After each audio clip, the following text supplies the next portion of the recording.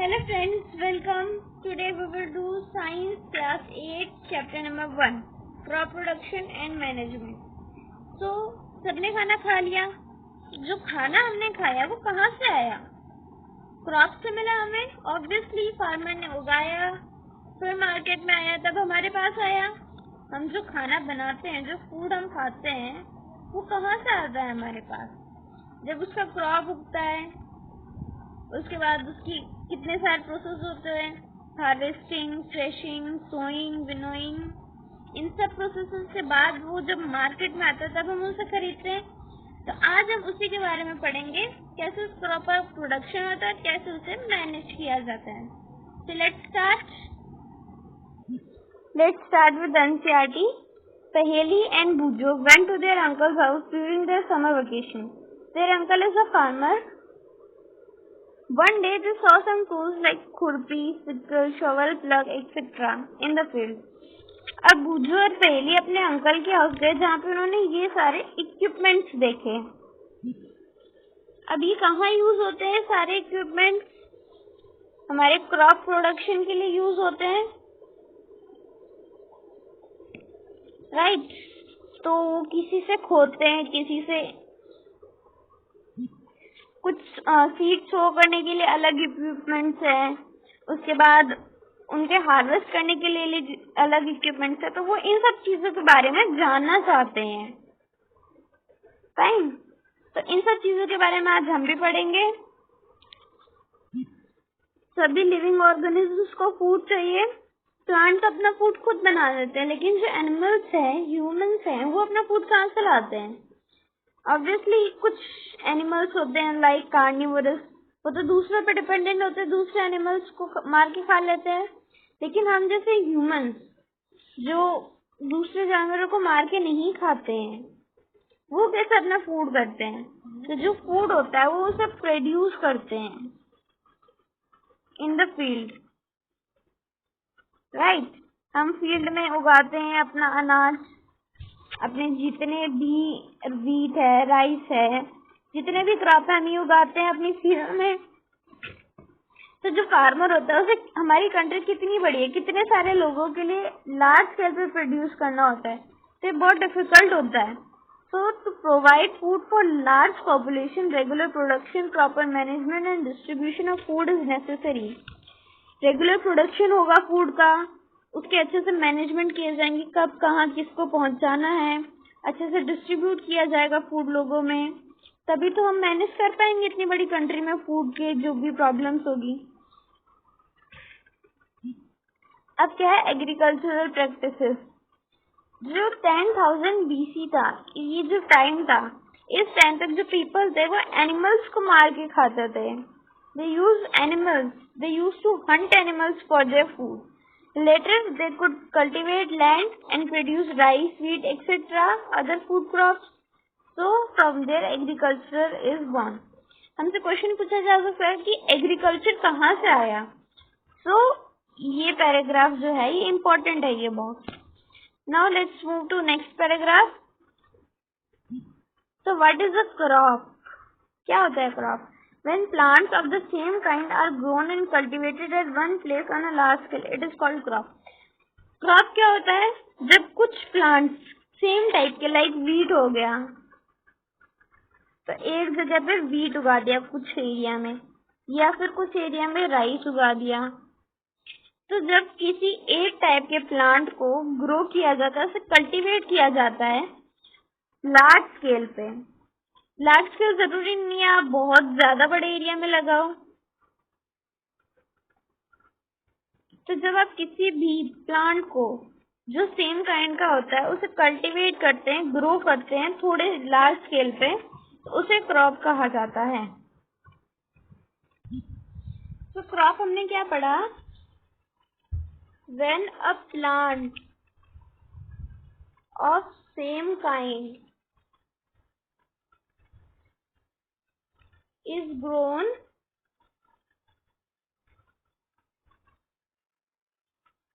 on a large scale,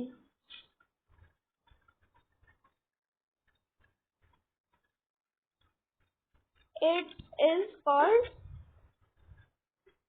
crop. तो ये हमारी क्रॉप की डेफिनेशन है। It's also important. इससे पहले हमने क्या किया था कि एग्रीकल्चर क्या होता है, एग्रीकल्चर कहाँ से मिला हमें। तो पहले के जो नॉमेडिक पर्सन्स थे, they used to hunt animals, but later on they could grow crop like wheat, rice and other productions for their food. So from there agriculture is derived. Fine. I hope you are clear with this. Now crop is of two types. Kharif crop and another is Rabi crop. These two types of crops we have. Here some examples are given for a crop like wheat. Another example is rice, maize, and etc. Now, you already know that crops are of different types like cereals, vegetables and fruits. These are the categories of crops. Vegetables, fruits and cereals. Cereals में like इनके अलावा होता है like pulses. These can be classified on the basis of season in which they grow. इनको हम और कैसे classify कर सकते हैं? On the basis of season in which they grow. कौन से सीजन में वो उगते हैं? Like India is a vast country and India has different climatic conditions. India में बहुत सारी climatic conditions होती है अलग अलग तरह की, अलग अलग हर जगह अलग टेम्परेचर होता है, ह्यूमिडिटी, रेनफॉल हमेशा सेम नहीं होते। यहाँ पे बहुत ज्यादा वैरायटी आ जाती है। लाइक राजस्थान में जो है बहुत ज्यादा गर्मी पड़ रही है, और वहीं अगर हम जम्मू कश्मीर में चले जाएं तो वो वहाँ बहुत ज्यादा ठंडी पड़ जाती है। जो क्रॉप का ग्रो होने का जो भी क्लाइमेटिक कंडीशंस होती है वो वेरी कर जाती है फ्रॉम प्लेस टू प्लेस। तो अलग अलग जगह पे जो है वो different parts of in the different parts of country different types of crops are grow, right. अब इन सब कैटेगरीज के पैटर्न्स के अलावा भी हमें दो टाइप में क्लासिफाई किया है। ये देखिए आगे हमारा रबी एंड खरीफ क्रॉप। अब देखिए खरीफ क्रॉप कौन से होते हैं, which are sown in the rainy season, which is from June to September. Examples are paddy, maize, soybean, groundnut, cotton. These are the examples of kharif crop. Kharif crop कौन से होते हैं जो रेनी सीजन में उगाए जाते हैं, that is from June to September. And rabi crop कौन से होते हैं जो विंटर सीजन में ग्रो किए जाते हैं, crops grown in the winter season, that is from October to March. Example wheat, gram, pea, mustard, linseed. Mustard, सरसों का तेल. Besides these, pulses and vegetables are grown during the summer at many places. Like pulses and vegetables जो होते हैं वो गर्मियों में भी उगाए जाते हैं, तो उसके लिए कुछ फिक्स नाम नहीं रखा गया है। लेकिन जो खरीफ होता है, it is rainy season and rabi crops these are in the winter season. Kharif crop हमने पढ़ा कौन सा होता है, which are grown in rainy season, which are grown during rainy season. And examples, before example, that is from June to September, and rabi crops it's grown in winter season, right? That is October to मार्च, यही time था हमारे पास। उसके बाद हमें examples दी गई थी। इसमें क्या था, like wheat, linseed, mustard etcetera, right. And for kharif crop we have cotton, soybean, groundnut, etc. So I hope you are clear with the two types of crops, that is Kharif and Rabi. Now move to next topic. अब जब हम कोई भी crop उगाते हैं तो उसमें अलग अलग प्रैक्टिसेस की जाती है, मीन्स अलग अलग मेथड्स किए जाते हैं, स्टेप बाय स्टेप होता है, उसमें सेवरल स्टेप्स इन्वॉल्व होते हैं। Cultivation of crop involve several activities undertaken by farmer over a period of time. ऐसा तो नहीं है कि आपने बीज डाला और वो क्रॉप उग गया, नहीं, उसमें बहुत सारी एक्टिविटीज रिक्वायर होती हैं। So these activities or tasks are referred to as agricultural practices. So you can be asked if what is agricultural practices. So you will write cultivation of crops involves several activities undertaken by farmer over a period of time. So these activities or tasks are referred to as agricultural practices. Right. So now we will see what are the different types of agricultural practices. तो first is preparation of soil, soil को prepare करना। दूसरा sowing, उसमें बीज डालना। तीसरा manure and fertiliser add करना। फिर इरिगेट करना, उसे पानी देना, बिना पानी दिए तो कोई क्रॉप बढ़ नहीं सकता ना। उसके बाद उन्हें वीड से प्रोटेक्ट करना। Main thing, what is weeds? Weeds क्या होते हैं? जब हमारे फील्ड में जो अनवांटेड घास उग जाती है, अनवांटेड प्लांट होते हैं जो हमारे क्रॉप को हार्म पहुंचाते हैं, अनवांटेड प्लांट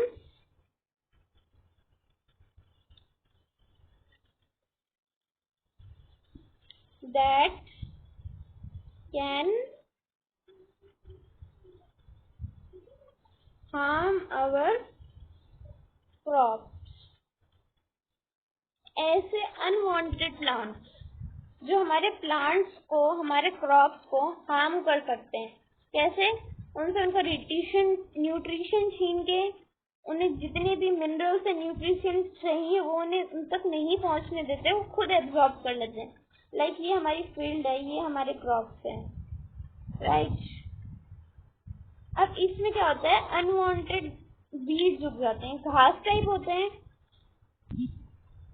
ये बहुत ज्यादा उग जाते हैं। तो ये क्या करते हैं, यहाँ पे जितना भी न्यूट्रिएंट्स हैं ये सब प्लांट्स को चाहिए, तो ये खुद के पास खींच लेते हैं, इसे प्लांट तक पहुंचने नहीं देते हैं, और हमारे जो भी क्रॉप्स होते हैं, प्लांट्स होते हैं, उन्हें हार्म कर सकते हैं। तो ये होते हैं weeds. So now you can be clear with the weeds. So our one of the step is protecting our crop from the weeds. Next harvesting, उसको फसल को काटना, एंड लास्ट स्टोरेज। जब तक आप उसे सही तरीके से स्टोर नहीं करेंगे तब तक आपका स्टेप कंप्लीट नहीं होंगे। अगर आप उसे सही इन्वायरमेंटल कंडीशंस में स्टोर नहीं करेंगे तो हो सकता है आपका जो फूड क्रॉप है वो खराब हो जाए। सॉरी, नॉट द क्रॉप, जो आपने हार्वेस्ट किया है क्रॉप को वो खराब हो जाएगा। Now the first process, preparation of soil. I hope you are clear till here. You have to remember these points, these 8 points. Fine. Now, first of all, preparation of soil. What is the preparation of soil? It is the first step for growing a crop. सबसे पहले हमें क्या करना होगा? हमारे soil को prepare करना होगा, उसमें ऐसी कंडीशंस करनी होगी ताकि जो हम क्रॉप ग्रो कर रहे हैं वो इजीली ग्रो हो जाए। It is one of the most important tasks in agriculture to turn the soil and loosen it. हम क्या करते हैं? ऐसे तो हम कर नहीं सकते कि हमने भाई ऐसी कोई खुरपी से या फावड़े से जमीन को खोदा और हमने उसमें बीज डाल दिया, भाई हमारी फसल उग जाएगी। नहीं, हमें उस सॉइल को थोड़ा लूज करना होगा ताकि जो हमारा सीड है उसकी जो रूट्स हैं वो इजीली पेनिट्रेट कर सकें, वो रूट्स इजीली जा सकें। This allows roots to penetrate deep into the soil. The loose soil allows the roots to breathe easily even when they go deep into the soil. अब अगर कोई आपको एक बंद कमरे में बिल्कुल पैक कर दे, बाहर से गेट विंडोज सब बंद कर दे और आपके पास बिल्कुल भी ऑक्सीजन ना पहुंचे, तो क्या आप जिंदा रह पाएंगे? नहीं रह पाएंगे। वैसे ही जो रूट्स होती है उन्हें भी ऑक्सीजन की जरूरत पड़ती है। तो जब हम सॉइल को लूज करेंगे तो वो क्या करेगा? रूट्स को ऑक्सीजन पहुंचाने में इजी होगी। रूट्स के पास जो ऑक्सीजन होगा वो इजीली पहुंच जाएगा जब हम उसको सॉइल को लूज कर देंगे। तो अदरवाइज अगर सॉइल लूज नहीं होगा, हम बीज तो डाल देंगे, ऊपर से मिट्टी भी डाल देंगे बीच से, लेकिन उसे ऑक्सीजन नहीं मिलेगा, ना तो उसे जगह मिलेगी रूट्स को नीचे जाने के लिए, ना उसे ऑक्सीजन मिलेगा। इसलिए जो सॉइल है उसे लूज करना बहुत ज्यादा जरूरी है। जब तक आप उसे लूज नहीं करेंगे तब तक जो रूट्स होंगी उन्हें इजीली स्पेस प्रोवाइड नहीं होगी, उन्हें स्पेस नहीं मिलेगी, उन्हें ऑक्सीजन नहीं मिलेगा और हमारा प्लांट ग्रो नहीं कर पाएगा। The loosened soil helps in the growth of earthworms, microbes present in the soil. जो माइक्रोब्स और अर्थवर्म्स है वो भी क्या करते हैं, सॉइल की फर्टिलिटी बढ़ाते हैं। हमारे सॉइल में जो जितनी भी फर्टिलिटी होती है वो किसकी वजह से होती है, माइक्रोब्स की वजह से होती है, अर्थवर्म्स की वजह से होती है, क्योंकि वो क्या करते हैं, जितना भी ऑर्गेनिक वेस्ट है उसे किसमें, ह्यूमस में कन्वर्ट कर देते हैं, और ह्यूमस फर्टाइल होता है फॉर द सॉइल। तो जो ह्यूमस होता है सॉइल को फर्टाइल कर देता है, किसकी हेल्प से होता है ये, अर्थवर्म्स एंड माइक्रोब्स की हेल्प से। ऐसे जो माइक्रो ऑर्गेनिज्म होते हैं, right. The organism are the friend of the farmer since they further turn and loosen the soil and add humus to it. वो ह्यूमस ऐड करते हैं उसमें। और जब तक हम जो सॉइल को लूज नहीं करेंगे तब तक वो माइक्रोब्स उसमें एंटर कैसे करेंगे, ना वो एंटर कर पाएंगे, ना वो एग्जिट कर पाएंगे, ना वो उसमें घूम पाएंगे अंदर in the soil. So it is very important to prepare your soil to loosen the soil, right? अब हमने पढ़ी थी एक सॉइल प्रोफाइल, उसमें क्या होता है, कुछ लेयर्स होते हैं, 4 to 5 लेयर्स। तो जो फर्स्ट एंड सेकंड लेयर होती है उससे ज्यादा भी फर्स्ट लेयर होती है, सिर्फ वहीं पे प्लांट की ग्रोथ इजीली हो पाती है, क्योंकि वहीं तक रूट्स पेनिट्रेट कर पाती है, नीचे रॉक्स आ जाते हैं। तो जब हम सॉइल को लूज करेंगे, उसे खोदेंगे, तो अंदर से जितने भी मिनरल्स और न्यूट्रिएंट्स होंगे वो ऊपर आ जाएंगे। सॉइल में क्या जाता है, मिनरल, वाटर, एयर और कुछ लिविंग ऑर्गेनिज्म होते हैं। इसके अलावा जो लिविंग ऑर्गेनिज्म होते हैं वो डेड प्लांट्स और एनिमल्स होते हैं उन्हें डिकम्पोज कर देते हैं। तो उनसे क्या होता है, ह्यूमस बन जाता है। तो वो ह्यूमस नीचे नीचे चला जाता है, तो उस ह्यूमस को ऊपर लाने में भी ये हमारी हेल्प करेगा, right? Like see, since only a few centimeters of top layer of soil supports plant growth, turning and loosening of soil brings the nutrient-rich soil to the top so that plants can use these nutrients. Thus, loosening of soil and preparation of soil is very important step. अभी तक हमने क्या पढ़ा कि preparation of soil important क्यों होता है, right? सबसे पहला स्टेप है, ये क्या करता है, जो हमारी सॉइल होती है उसे लूजन कर देता है, ताकि हमारी जो प्लांट है उसकी रूट इजीली पेनिट्रेट कर पाए डीप इन द सॉइल और उन्हें ऑक्सीजन इजीली मिलता रहे। इसके अलावा लूजनिंग ऑफ सॉइल क्या करता है, हेल्प करता है अर्थवॉर्म्स एंड माइक्रोब्स को कि वो इजीली अंदर ट्रेवल कर पाए, राइट?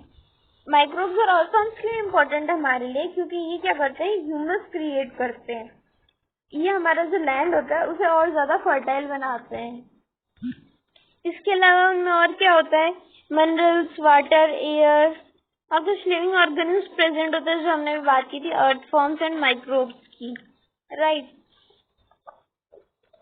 जो ऑर्गेनिज्म होते हैं, छोटे छोटे ऑर्गेनिज्म होते हैं सॉइल में, क्या करते हैं, dead and decaying plants and animals को ह्यूमस में कन्वर्ट कर देते हैं, जिससे सॉइल क्या होता है, न्यूट्रिएंट रिच हो जाता है, उसमें ह्यूमस की क्वांटिटी बढ़ जाती है।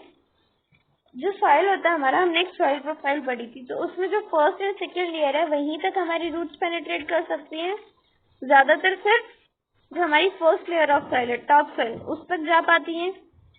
तो जब हम उस सॉइल को लूजन करेंगे तो नीचे से जो हमारा ह्यूमस कंटेंट है, जो न्यूट्रिएंट्स है, वो ऊपर आ जाएंगे और सॉइल उसे इजीली, सॉइल में से जो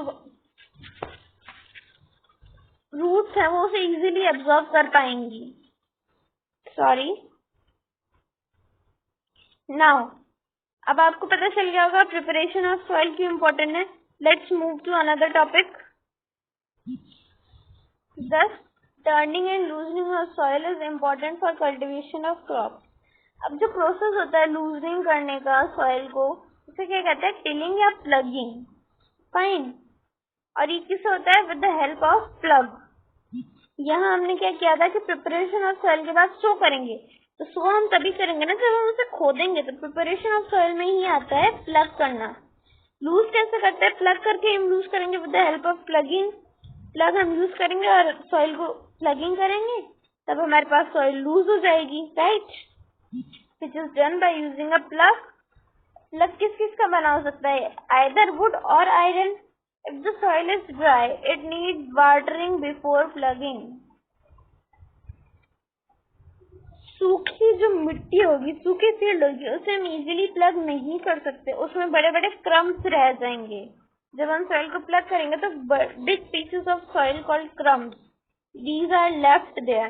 क्रम्स ज्यादा मिट्टी के बड़े बड़े गोले कह सकते हैं हम उन्हें।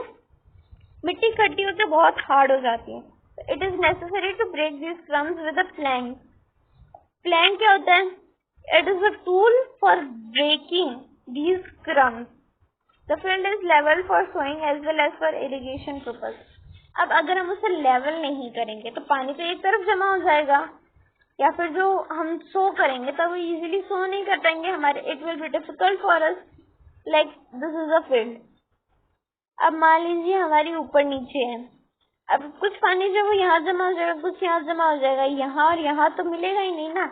Therefore it is necessary to level the field so that all the field could be irrigated easily.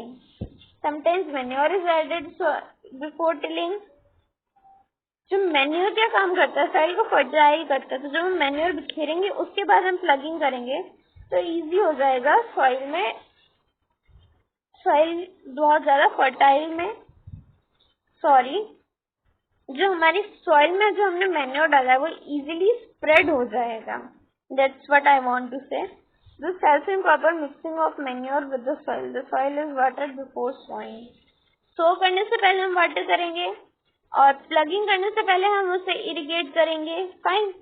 और प्लग करना क्यों इम्पोर्टेंट है? प्लगिंग क्या होता है actually? What is a plugging? It is a process of loosening the soil. Loosening करना हमने पीछे देखा क्यों इम्पोर्टेंट है। So plugging is important for loosening the soil, right? Then it is important to add manure before tilling. Tilling or plugging is the same thing. It helps in proper mixing of manure with the soil. The soil is watered before sowing also. So let's recap what we have done in this topic. Then we will do whole recapitulation of this video. In the next video, we will start with agricultural implements. Let's recall for today. Preparation of soil हमने क्या पढ़ा? Loosening of soil क्यों important है? Loosening of soil. हमने इसकी importance पढ़ी, क्या क्या importance होती है? सबसे पहला, it helps roots to penetrate deep into the soil.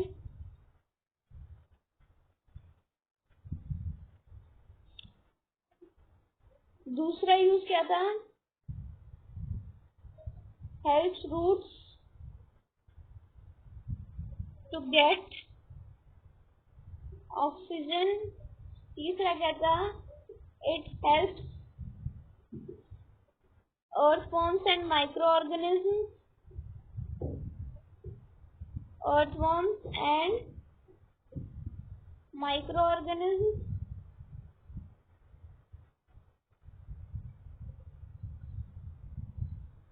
Loosening of soil को हम क्या कहते हैं? Plugging. So these are the important features of plugging. Fine. इसके अलावा ये क्या करता है?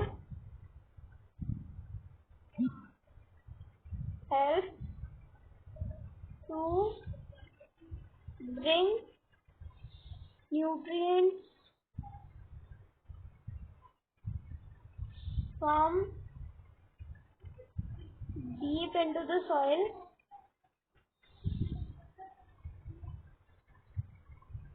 to the top. क्या करता है? नीचे से जो न्यूट्रिएंट्स होते हैं उन्हें ऊपर ले आता है ताकि जो रूट्स है वो न्यूट्रिएंट्स को इजीली अब्सॉर्ब कर सकें। इसके अलावा एक हमने प्रोसेस पढ़ा था कि जो मैन्योर है, manure is added before plugging. और टिलिंग। प्लगिंग के अलावा टिलिंग भी कहते हैं। तो ये क्या करता है, which helps to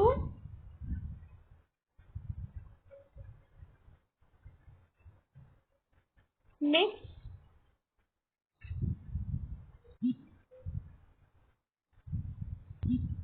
manure to the soil easily. जो क्या करेगा, मैन्योर को सॉइल में मिक्स करने में इजीली हेल्प करेगा हमारी, बट इजीली हम मैन्योर को थॉरली स्प्रेड कर पाएंगे हमारी फील्ड में। तो ये था हमारा आज का टॉपिक।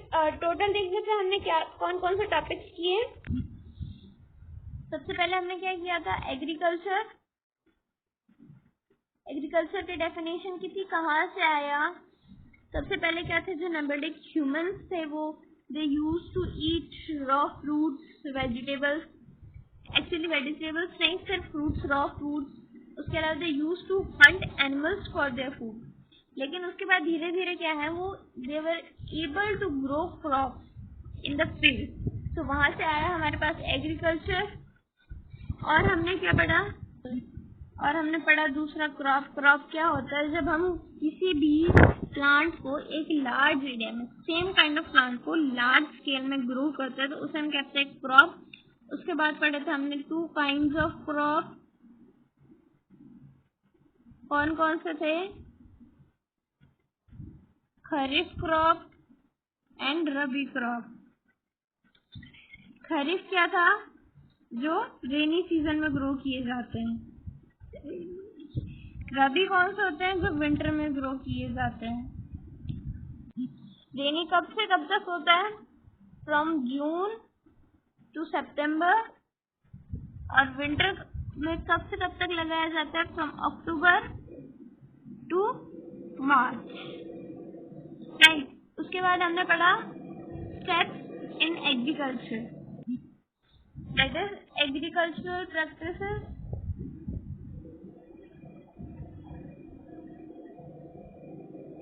उसमें हमने 8 स्टेप्स किए थे। इन शॉर्ट ये सिर्फ हमने हेडिंग देखी थी, 8 headings.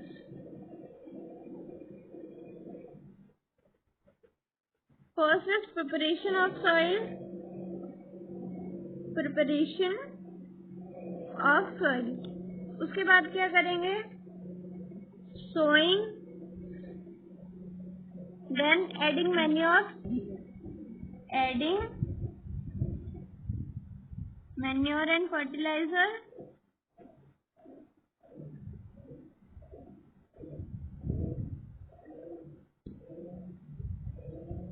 Fourth step is irrigation,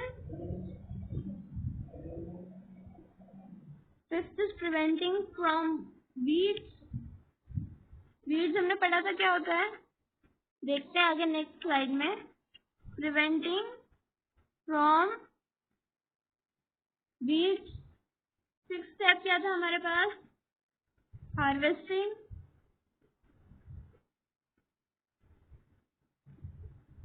and last, it's actually only 7 not 8, harvesting. Sixth is harvesting and 7th is storage. उसके अलावा हमने पढ़ा था वीड्स क्या होता है। वीड्स क्या थे, unwanted plants that grow naturally which harm our plants. ऐसे प्लांट्स जो हमारे प्लांट्स, हमारा क्रॉप जो है उसे हार्म कर देता है, दीज आर अनवांटेड प्लांट्स। इसके अलावा हमने फर्स्ट किया था preparation of soil. First part किया था हमने प्रिपरेशन ऑफ सॉइल, राइट। इसमें हमने क्या पढ़ा था, लूजनिंग ऑफ सॉइल। ये हम अभी अभी रिवाइज कर चुके हैं, लूजनिंग ऑफ सॉइल। इसे क्या कहते हैं, प्लगिंग और टिलिंग। तो ये जो था, ये प्रोसेस हमने अभी अभी रिवाइज किया in the first slide. So I hope आपको समझ आया होगा। That's all for today. अगर आपको वीडियो पसंद आया तो प्लीज लाइक एंड शेयर जरूर कीजिए। Thank you and have a nice day. एक चीज हमने और की थी, लेवलिंग। लेवलिंग क्यों इम्पोर्टेंट होती है, तो लेवलिंग क्यों इम्पोर्टेंट होती है, because it help to irrigate our land easily, ताकि हर एक प्लांट को हर एक जगह के इक्वल अमाउंट ऑफ वाटर रहे, कहीं पे इकट्ठा ना हो जाए। तो ज़्यादा वाटर भी हार्मफुल है, वो हमारे प्लांट को खराब कर सकता है। In the next video we will do agriculture and thank you, have a nice day, tata, bye bye.